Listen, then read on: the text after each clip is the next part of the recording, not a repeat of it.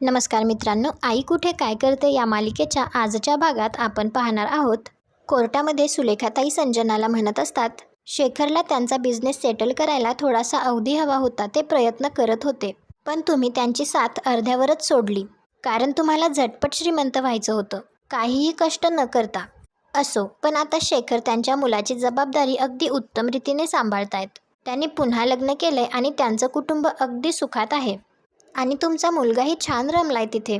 एवढ्या लहान वयात आईपासून वेगळं राहणं, तुमची फार ओढ नाहीये हो त्याला? तुम्हाला कधी भेटायला सुद्धा येत नाही तो? तर संजना जरासं ओरडूनच म्हणत असते, असं काहीही नाहीये.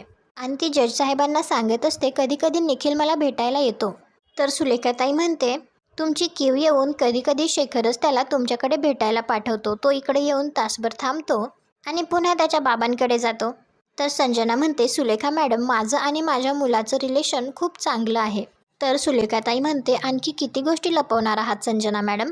या सगळ्या गोष्टी आम्हाला मिस्टर शेखर यांनीच सांगितलेल्या आहेत. तसं तर त्यांनी आम्हाला आणखी बऱ्याच गोष्टी सांगितल्यात, पण त्या केसच्या दृष्टीने महत्त्वाच्या नाही आहेत. महत्त्वाचं हे आहे की संजना देशमुख, तुम्हाला तुमच्या स्वार्थापुढे दुसरं काहीही दिसत नाही. तुमचा मुलगासुद्धा नाही. अनिरुद्ध देशमुख यांच्याशी तुम्ही त्यांची पोझिशन, त्यांचा पैसा, प्रॉपर्टी यासाठीच लग्न केलंत. हे आता उघड आहे, कारण जे शेखरकडे नव्हतं ते तुम्ही इथे मिळवलंत. संजना जरासं ओरडूनच म्हणत असते, असं काहीही नाहीये. माझं अनिरुद्धवर प्रेम होतं आणि आहे. तर सुलेखाताई म्हणते, प्रेम म्हणजे तुमचा संसार अगदी सुखात चालला असेल ना? तर संजना म्हणते, ऑफकोर्स आमचा संसार खूप सुखात चालू आहे. तर सुलेखाताई म्हणते, एवढा सुखात चालू आहे तुमचा संसार की अनिरुद्ध देशमुख यांनी तुम्हाला डिवोर्सची नोटीस दिली. हे ऐकून नितीनला तर हसूच येत असतं. तर सुलेखाताई जज साहेबांना म्हणत असते, युअर ऑनर, मला फक्त हे कोर्टाच्या निदर्शनास आणून द्यायचंय. संजना देशमुख आणि अनिरुद्ध देशमुख यांनी वेळोवेळी फसवणूक केलेली आहे. फसवणं हा स्वभाव आहे त्यांचा. त्यांनी फक्त अरुंधती केळकर यांनाच फसवलं नाही, तर स्वतःच्या आईवडिलांनाही फसवलंय. तर संजना म्हणत असते, जज साहेब, याचा आणि या केसचा काहीच संबंध नाहीये. लग्न हा वेगळा विषय आहे. कोणाबरोबर राहायचं, कोणाबरोबर नाही, हा ज्याचा त्याचा पर्सनल मॅटर आहे. तर सुलेखाताई म्हणते, संजना देशमुख, तुम्ही आणि अनिरुद्ध देशमुख यांनी यापूर्वी कांचन देशमुख यांची फसवणूक केली आहे. त्यांना फसवून तुम्ही त्यांच्या सह्या घेतलेल्या आहेत. तर संजना म्हणते, पण ते पेपर्स आम्ही त्यांना परत केले होते. तर सुलेखाताई म्हणते, पेपर्स तुम्ही नंतर परत केले त्याला काही अर्थ नाहीये, पण तुम्ही त्यांना फसवलंत ना. आणि पेपर्स कुठल्या सिच्युएशनमध्ये परत केले ते आठवून बघा एकदा. तर सुलेखाताई जज साहेबांना सांगत असते, युअर ऑनर, संजना देशमुख आणि अनिरुद्ध देशमुख यांनी अनेक वेळा विनायकराव देशमुख यांना फसवून ते घर स्वतःच्या नावावर करण्याचा प्रयत्न केलाय. त्यांनी अनेक वर्ष विनायकराव देशमुख आणि कांचनताई देशमुख यांच्यावर दबाव आणण्याचा प्रयत्न केला. त्यांचा मानसिक छळ करण्याचा प्रयत्न केला. संजना देशमुख यांनी तर ते घर मिळवण्यासाठी खूप प्रयत्न केले. आणि ती संजनाकडे बघतच म्हणते, बरोबर ना संजना मॅडम? मध्यंतरी तर तुम्ही विनायकराव देशमुख यांच्या खोट्या सह्यासुद्धा केल्या होत्या. आणि ते प्रकरण उघडकीला आल्यावर तुम्हाला घर सोडून जाण्याची वेळ आली. घरात परत येण्याचे सगळे मार्ग बंद झाले आणि तेव्हा अनिरुद्ध देशमुख यांनी हार्ट अटॅक आल्याचं नाटक केलं. स्वतःच्या आईवडिलांची भावनिक फसवणूक केली. हे ऐकून तर कांचन आणि आप्पांना काहीच कळत नसतं. अनिरुद्ध देशमुख ज्या हॉस्पिटलमध्ये ॲडमिट होते तिथले रिपोर्ट सुलेखाताई जज साहेबांना दाखवते. सुलेखाताई सांगत असते, अनिरुद्ध देशमुख यांना हार्ट अटॅक कधी आलाच नव्हता. ते फक्त एक नाटक होतं. युअर ऑनर, संजना देशमुख आणि अनिरुद्ध देशमुख यांनी ते घर मिळवण्यासाठी अनेक अनैतिक मार्गांचा वापर केला, पण ते यशस्वी झाले नाहीत. म्हणून आता त्यांनी विनायकराव देशमुख यांना फसवून घराच्या कागदपत्रावर त्यांच्या सह्या घेतल्या.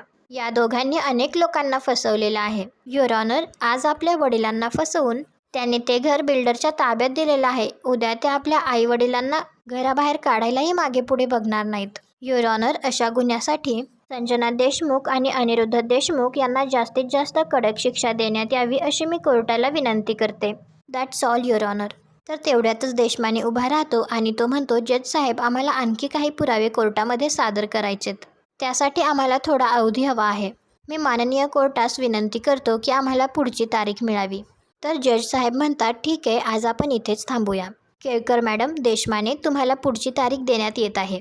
त्यानंतर बाहेर आल्यावर संजना देशमानेला म्हणत असते, सुलेखाताई वाटेल ते प्रश्न विचारत होत्या मला, पण तुम्ही काहीच बोलला नाहीत का? धोरींसारखे विकले तर गेलो नाहीयेत ना तुम्ही? तर देशमाने म्हणतो, संजना मॅडम वाटेल ते बोलू नका. चूक माझी नाहीये, चूक तुमची आहे. अर्धवट माहिती का दिलीत तुम्ही मला? तर अनिरुद्ध म्हणतो, कसली अर्धवट माहिती? आम्ही तुम्हाला सगळं खरं खरं सांगितलंय. तर देशमाने म्हणतो, मग तुम्ही मला हे का नाही सांगितलं? याआधी सुद्धा तुम्ही एकदा कांचन देशमुख यांना फसवलं होतं, त्यांच्या सह्या घेतल्या होत्या. तर संजना देशमानेला म्हणते, पहिली गोष्ट आवाज खाली, ओरडून बोलायचं नाही. दुसरी गोष्ट, त्याचा या केसशी काहीही संबंध नाहीये. खूप जुनी गोष्ट आहे, आता ते उकरून काढण्याचं काहीच कारण नाहीये. तर देशमाने म्हणतो, तसं चालत नाही मॅडम. नवं जुनं सगळं मला कळलं पाहिजे. मी तुमचा वकील आहे आणि जर मला काही माहिती नसेल तर त्यांना प्रश्न काय विचारू? ऐनवेळी तुम्ही दिलेल्या भानगडी मी कशा कव्हर करणार? तर संजना म्हणते, भानगडी काय म्हणतायत? तर देशमाने म्हणतो, सॉरी पण याला भानगडीच म्हणतात. तुमची केस जर सरळ असती तर पहिल्याच डेटला रिझॉल्व्ह केली असती. पण तसं नाहीये मॅडम, लक्षात घ्या, वकील आणि डॉक्टर यांच्यापासून काहीही लपवायचं नसतं. आणि तुम्हाला जर यातून सही सलामत सुटायचं असेल तर तुम्हाला मला सगळं सांगावं लागेल. तर अनिरुद्ध म्हणतो, हो सांगतो. तर देशमाने तेथून निघून जातो. त्यावेळी बाहेर कांचन आणि यश तेथे येतात. तर कांचन अनिरुद्धला म्हणत असते, किती ढोंगी आहेस तू, हार्ट अटॅकचं नाटक केलंस. अरे तुझ्या काळजीने माझा जीव जाण्याची वेळ आली होती. तुला काहीच वाटलं नाही आम्हाला खोटं सांगताना? तर अनिरुद्ध म्हणतो, आई तू ओव्हर रिॲक्ट करतीयस, एवढं काही नाहीये त्यात. तर कांचन म्हणते, एवढं काही नाहीये त्यात? अरे तुझ्यासाठी मी देव पाण्यात ठेवून बसले होते, रात्रंदिवस जप करत होते, देवाला सांगत होते मला उचल, पण माझ्या मुलाला बरं कर रे, त्याला भरपूर आयुष्य मिळू देत. पण मला काय माहिती माझा मुलगा माझ्याशी इतकं खोटं बोलेल. कांचनला हे सगळं बोलताना खूप त्रास होत असतो आणि तिला खूप रडूसुद्धा येत असतं. तर अनिरुद्ध म्हणतो, आई प्लीज अतिरेक करू नकोस, आपण शांतपणे घरी जाऊन बोलूया प्लीज. तर कांचन म्हणते, अनिरुद्ध यापुढे मला आई म्हणायचं नाही. माझा आणि तुझा संबंध संपला. लाज वाटायला पाहिजे रे तुला. तुझ्या आईला तर तू फसवलंसच, पण स्वतःच्या बापाला सुद्धा फसवताना काहीच वाटलं नाही तुला? तर संजना म्हणते, आई बास झालं हं, अनिरुद्ध सगळं ऐकून घेतोय म्हणून तुम्ही वाटेल ते बोलताय त्याला. हे सगळं तुमच्यामुळे आणि आप्पांमुळे घडतंय. तुम्ही वेळेत तुमचा हट्टीपणा सोडला असताना तर आमच्यावर हे सगळं करण्याची वेळच आली नसती. किती दिवस राहिलेत हो तुमचे? कशाला हवाय तुम्हाला तो बंगला? अहो एवढं वय झालंय तुमचं, पण एक गोष्ट सुटत नाही तुमच्या हातून. तर यश लगेच म्हणतो, संजना बास, आता यापुढे एक शब्द जरी आजीला बोललीस ना तर तू बघ. तर अनिरुद्ध लगेच यशला म्हणतो, कळतंय का तुला तू कोणाशी बोलतोयस ते? तर यश म्हणतो, कळतंय मला. हे सगळं तुम्ही संजनाला सांगायला हवं, ती वाटेल तसं बोलतीये तुमच्या आईला. तर संजना म्हणत असते, काही चुकीचं बोलत नाहीये मी. खूप पुळका आहे ना तुम्हाला अरुंधतीचा, तिच्या सांगण्यावरूनच तुम्ही केस केली आहे राईट, मग भोगा आता. तर यश लगेच म्हणतो, भोगावं कोणाला लागणार आहे हे कळेलच तुला. कोर्टात एवढं सगळं होऊन सुद्धा तू हे बोलतीयस म्हणजे कमाल आहे तुझी. मला वाटलं होतं जरा तरी लाज शिल्लक असेल तुझ्यात, पण नाही. तर अनिरुद्ध त्याला म्हणतो, यश बास, जास्त बोलू नकोस. तर यश म्हणतो, मलाही हे सगळं बोलताना आनंद होत नाहीये. माझ्या आईने संस्कार केलेत माझ्यावर, पण दुर्दैवाने तुम्ही चुकताय. चुकीच्या माणसांचे सल्ले ऐकून चुकीचा निर्णय घेताय. घराच्या हव्यासापोटी तुम्ही काय गमावताय ना हे तुमच्या आत्ता लक्षात येत नाहीये. प्लीज एकदा शांतपणे विचार करा. तुम्ही जे मिळवण्याचा प्रयत्न करताय त्या बदल्यात तुम्हाला जे मिळतंय त्यात तुम्ही आनंदी आहात का? तर कांचन लगेच म्हणते, यश याला कशाला सांगतोयस? याला नात्याची किंमत तरी आहे का? स्वतःच्या आईबापाची याला किंमत नाही तर बाकीची नाती तर लांबच राहिली. तर अनिरुद्ध म्हणत असतो, आई असं नाहीये, माझं खूप प्रेम आहे तुमच्यावर. तर कांचन म्हणते, अनिरुद्ध खोटं बोलतोयस तू. तू आम्हाला आणि स्वतःलाही फसवतोयस. तुझं आमच्यावर नाही, आमच्या घरावर प्रेम आहे. पण एक लक्षात ठेव, काहीही झालं ना तरी ते घर मी आता तुला मिळू देणार नाही. आता मी स्वतः सुलेखाताईंना सांगेन, माझ्या मुलाला आणि सुनेला तुरुंगात टाका. जेवढी होऊ शकेल तेवढी जास्तीत जास्त शिक्षा द्या या दोघांना. आणि कांचन यशला घेऊन तेथून जाते. तर संजना लगेच अनिरुद्धला म्हणते, बघ तुझ्या आईचं तुझ्यावरचं प्रेम. तुरुंगात टाकायला निघाली आहे ती तुला.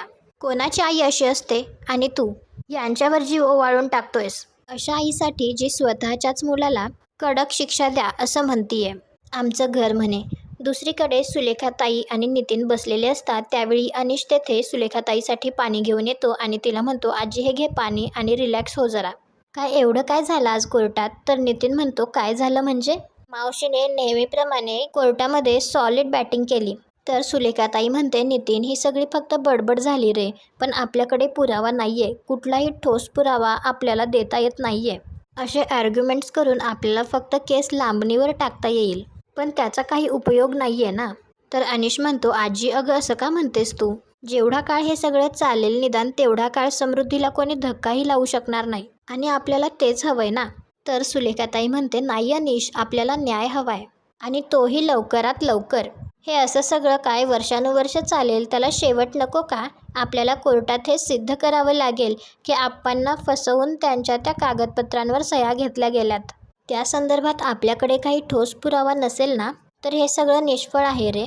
तर अनिश म्हणतो, आजी मला काय वाटतं, एका अर्थीनं हे बरं आहे. समृद्धी आहे म्हणून सगळे एका छताखाली राहत आहेत आणि हू नोज, कदाचित संजना आणि बाबांनी रिअलाईज होईल तेव्हा ते सगळे मिळून काहीतरी मिडल मार्ग शोधतील. तर सुलेखाताई म्हणते, तुला खरंच असं वाटतं की संजना आणि अनिरुद्ध असे बदलतील? अरे, अरुंधती परवा सांगत होती तिला आणि आप्पांना रस्त्यात काही गुंडांनी अडवलं, हातापाई केली आणि ही केस मागे घ्या म्हणून धमकी दिली. तर अनिश म्हणतो, काय सांगतेस? तर नितीन म्हणतो, मग काय, पण मावशी हे नक्की त्या बिल्डरचं काम आहे किंवा संजना आणि अनिरुद्धने त्याला असं करायला सांगितलं, कारण आता बिल्डरलाही ती जागा रिकामी करण्याची घाई झाली असणार. पण मावशी, गुंडांनी हल्ला केल्याचं आपण कोर्टात सांगितलं पाहिजे, कारण आप्पा आणि कांचनताई यांना पोलीस प्रोटेक्शन मिळायलाच हवं. तर सुलेखाताई म्हणते, हो मिळेल, त्यासाठी काय करता येईल ते बघूच आपण. पण इथे मुलगा आईवडिलांची पर्वा करत नाही तर तो बिल्डर काय करणार? त्याच्यासाठी तो बंगलाच महत्त्वाचा आहे. नितीन, ही केस अशी वर्षानुवर्ष चालू राहून चालणार नाही. कोण कधी काय करेल याचा काही नेम नाही. संजना आणि अनिरुद्ध पुन्हा त्याच घरात राहणार आणि सतत आप्पा आणि आईंना मेंटली टॉर्चर करत राहणार. या वयात त्यांना ते सहन होणार आहे का? तर अनिश म्हणतो, आजी, एवढे गुंड पाठवून सुद्धा आप्पा केस मागे घेत नाहीयेत, तर ते संजना आणि बाबांना का घाबरतील? तर सुलेखाताई म्हणते, अनिश, त्यावेळेला अरुंधती होती ना त्यांच्याबरोबर, तिने धीर दिला त्यांना. पण आता तशी परिस्थिती नाहीये. ते दोघेही समृद्धी बंगल्यात राहायला गेलेत. तर नितीन म्हणतो, मावशी, त्या बिल्डरची माहिती मी काढली आहे. संजना आणि अनिरुद्ध या दोघांनीही त्याच्याकडून पैसे घेतलेत, म्हणजे समृद्धी जवळजवळ विकल्यात जमा आहे. तर सुलेखाताई म्हणत असते, काहीतरी पुरावा आपल्याला मिळालाच पाहिजे. काय करावं कळेनासं झालंय. अनिश म्हणतो, आजी, याचं काहीच सोल्युशन नसेल? तर सुलेखाताई म्हणते, सोल्युशन आहे, पण ते होणं अवघड आहे. तर अनिश म्हणतो, सांग तरी. तर सुलेखाताई सांगते, ईशा किंवा अभि या दोघांपैकी कोणीही जर अनिरुद्ध आणि संजनाच्या विरुद्ध साक्ष दिली ना कोर्टात, तर एका क्षणात ही केस फाईल होईल. पण ते दोघेही तसं करणार नाहीयेत ना. वडिलांवर खूप प्रेम आहे त्यांचं, ते नाही अशी साक्ष देणार कोर्टात. तर अनिश म्हणतो, मी एकदा ईशाशी बोलून बघू का? तर नितीन म्हणतो, ती तुझ्याशी बोलायला तरी तयार होईल का? तर अनिश म्हणतो, ट्राय करून बघायला काय हरकत आहे, मी एकदा ट्राय करतो. इकडे आप्पा आणि कांचन घरी येतात.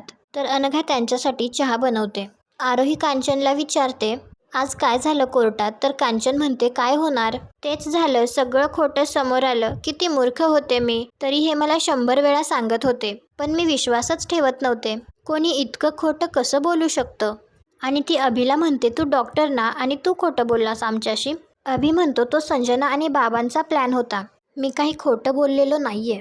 तर कांचन म्हणते, अनिरुद्धला हार्ट अटॅक आलाय हे तूच सांगितलंस ना आम्हाला, तुझ्याच मित्राच्या हॉस्पिटलमध्ये ॲडमिट केलं होतंस ना त्याला? तर आरोही सुद्धा आश्चर्याने विचारते, म्हणजे बाबांना हार्ट अटॅक आलाच नव्हता? तर आप्पा म्हणतात, नाही ना, अगं आम्हाला सुद्धा ते कोर्टामध्येच कळालं. सुलेखाताईंनी चक्क त्या हॉस्पिटलमधून अनिरुद्धचे रिपोर्ट्स मिळवले आणि कोर्टामध्ये सादर केले, तेव्हा आम्हाला हे सगळं प्रकरण कळलं. माझा मुलगा कसा आहे हे मला माहिती होतं, पण माझा नातू सुद्धा तसा निघेल असं मला वाटलं नव्हतं. अभि म्हणत असतो, आप्पा, बाबांची बाजू समजून घ्या, तेव्हा ते वेगळ्या टेन्शनमध्ये होते, म्हणून आम्हाला हे सगळं करावं लागलं. तर आप्पा म्हणतात, अरे, तुझे बाबा टेन्शनमध्ये होते म्हणून तू आम्हाला वेगळं टेन्शन दिलंस का?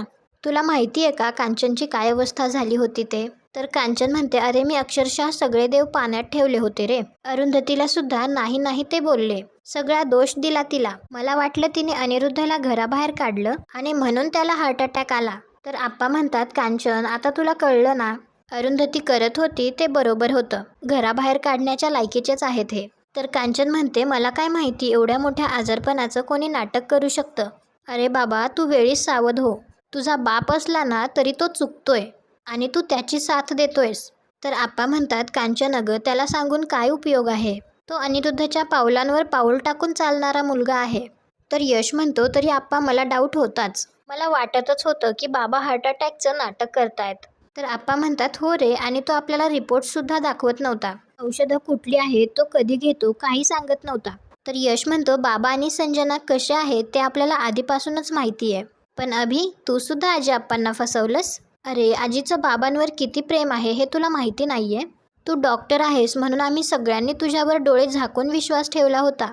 आणि आजचा भाग इथेच संपतो. पुढील भागात आपल्याला पाहायला मिळणार आहे. समृद्धीमध्ये पोलीस येतात आणि ते अनिरुद्धला म्हणत असतात, आम्ही तुम्हाला फसवणुकीच्या गुन्ह्याखाली अटक करतोय. तर लगेच अनिरुद्ध म्हणतो, मी जर गुन्हेगार असेल तर माझा मुलगा सुद्धा गुन्हेगार आहे, याला सुद्धा अटक करा.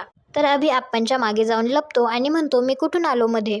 तर पोलीस म्हणतो, अभिषेक देशमुख, तुम्ही सुद्धा या गुन्ह्यामध्ये बरोबरीचे भागीदार आहात, त्यामुळे आम्ही तुम्हाला देखील अटक करतोय. तुम्हाला हा भाग कसा वाटला ते कमेंट करून नक्की सांगा. व्हिडिओला लाईक करा. आपल्या मराठी मालिका चॅनलला सबस्क्राईब करा. भेटू उद्याच्या भागात.